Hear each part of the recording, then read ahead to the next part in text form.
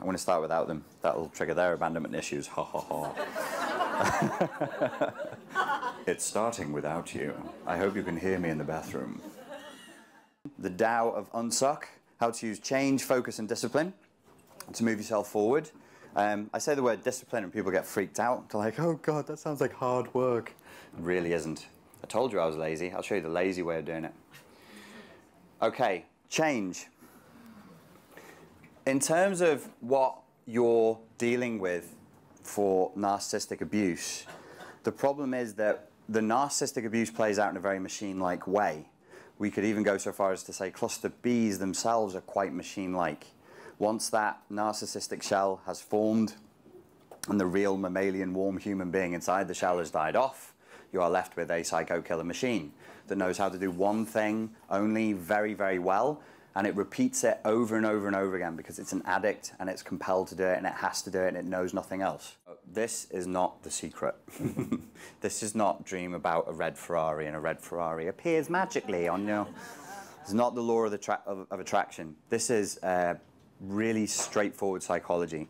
Whatever you focus on in the environment grows stronger. If you are focused on making money, and I say to you, okay, I want you to focus on making money for the next hour, and I give you a money-making seminar, and I say, let's walk down the street in London, all you're going to see is opportunities to make money. If we focus on social intelligence, you'll see hundreds of opportunities everywhere to improve your social intelligence. Self-protection, we'll see enemies at every corner. That's just the way it works. That's the way the brain works. The brain will look at whatever we tell it to look at. If we tell it to focus on narcissistic abuse, it'll look at that. It'll go, yes, master, okay.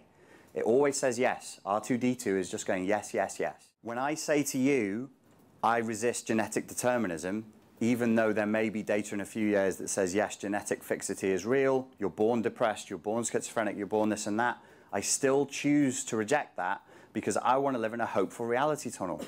The idea that people are just born to be miserable is horrendous to me. That's horrific to me. Apart from all of the trouble that genetic determinism, genetic fixity brings with it, that I'm sure logically you can imagine what those problems are. We have to believe that there's another way, and even if they prove that it's a genetic issue, then we have to create another reality in which we say, okay, we'll change the gene, or we'll switch it off, or we'll make another couple of genes combine in a certain way to do something about that. You do get to choose your reality tunnel. Now, remember that your brain is a question-answering machine. It's always learning. You can never not be learning. You can only choose what it is that you're learning to do. And whatever you do a lot of, you're getting good at. So if you get abused a lot, then you're getting really good at being abused. And that to you is going to feel nice and normal and warm, and you'll get really slick, black belt level, super skilled at picking out abusers in any room. Some of you can still do that. You're probably great at it. We could take you to any nightclub in London and you go, he seems nice, he seems nice. You're like, yes, you're the one who chooses where all the abusers are. That used to be me. Any girl, I actually trained myself to the point of going, if I walk into a room and I like a girl and find her attractive, that's probably the one. That's probably the most abusive person in the room. So do the opposite of that. That was almost a red flag for me. If I chose a girl, that was a red flag for something going wrong because that's where I'd gotten to in my life.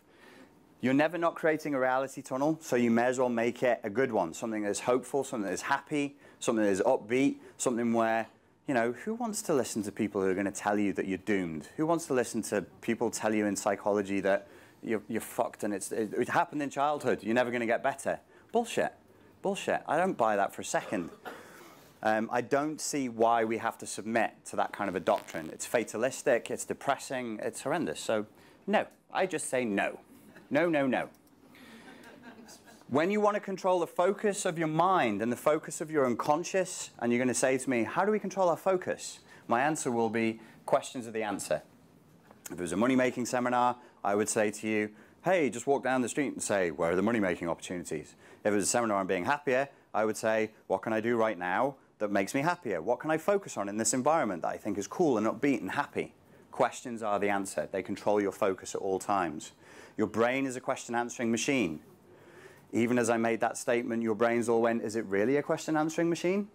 Yes, it really is. You're still doing it now. He's like, what's he saying? Is he asking me if I'm asking a question inside of my head? Yes, I am, and you're asking it now. You can't stop it from asking questions, and you can't stop it from answering. Your brain is a bullshit merchant.